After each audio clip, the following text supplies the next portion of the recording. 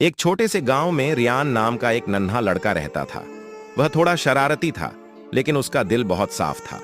एक दिन जब रियान स्कूल से लौट रहा था, तो रास्ते में उसे जमीन पर एक सुंदर सी अंगूठी मिली। वो अंगूठी बहुत कीमती लग रही थी। रियान ने सोचा, अगर मैं ये अंगूठी रख लूं, तो मेरे बहुत से काम आसान हो सकते हैं। लेकिन तभी उसे अपनी माँ की बात याद आई। बेटा, सच्चाई बोलो और जो चीज तुम्हारी नहीं है उसे वापस कर दो।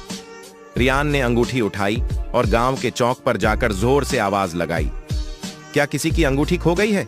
मुझे मिली है। थोड़ी देर बाद एक बूढ़े आदमी ने आकर रोते हुए कहा, बेटा, ये मेरी बेटी की आखिरी निशानी है। मैं बहुत परेशान था।